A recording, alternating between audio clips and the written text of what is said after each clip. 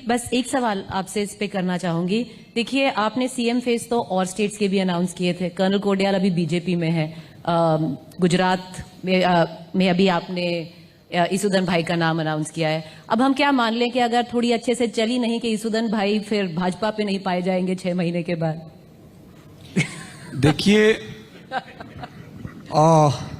मैं चारण कम्युनिटी से आता हूं, जिसको गढ़वी कहते हैं, और हम सर कटवा सकते हैं, लेकिन वफादारी पे मेरा कोई, ये मैं इसलिए आपको बता रहा हूं कि जब मैंने मनीष जी पे कमेंट की थी कि सिंधे नहीं है वो बिक जाएंगे, सीएम तो क्या पीएम की भी ऑफर होती तो वो महाराणा प्रताप के वंशज है, किसी की ताकत नहीं है, वो पैसों से खरीद सकते। दूसरी बात, मैं जब पत्रकारिता में था तब भी मैं इतना लोकप्रिय था, लोगों के दिलों में था, नहीं था ऐसा नहीं था।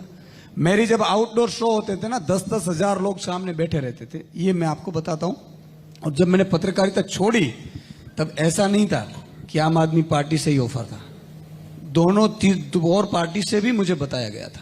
लेकिन क्योंकि मुझे अच्छी शिक्षा के लिए काम करना है, मुझे काम की राजनीति के लिए, मुझे देखो, हमें राजनीति नहीं आती है, राजनीति का रो नहीं आता है, हमका काम का को आता है। हम आप हमें काम बताइए, हम काम कर देंगे।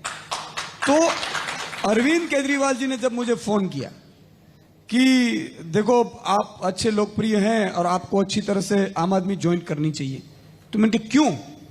तो क्या आप मुद्दे की पत्रकारिता करते हैं? मैं बेसिकली मुद्दों की पत्रकारिता करता था, कौन छोड़कर जाता उस पर मेरी डिबेटें होती ही नहीं थी।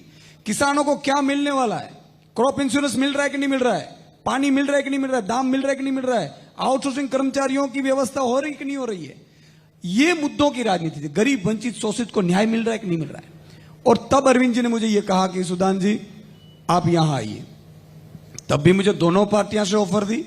मैं यहां से आपके आज तक से मंच से कहता हूं, मैंने तब भी कहा था कि मैं राजनीति करने के लिए नहीं आ रहा हूं, अगर मैं कुछ निमित्त बनूंगा, मुझे कुछ चाहिए भी नहीं, गुजरात की जनता की पीड़ा मुझे देखी नहीं गई, इसलिए मैं राजनीति में आया था।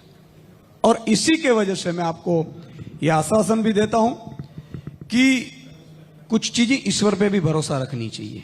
हम शुभ शुभ बोले, 27 साल का बीजेपी का कुशासन है। आप देख लीजिए, 53 लाख किसान है, परेशान है, वो थोड़ी वोट देंगे।